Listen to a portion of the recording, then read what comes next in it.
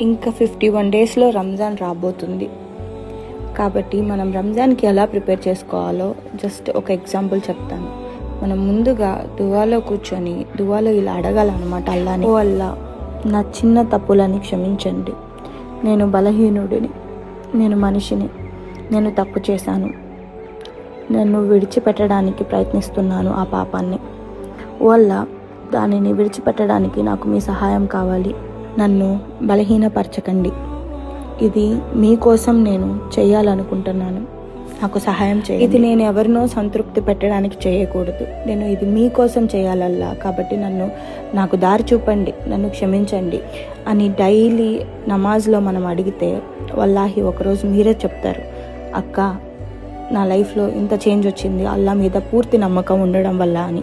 ఇన్షాల్లా ఎటువంటి సందేహం లేకుండా ఆయన ఉత్తమ సృష్టికర్త.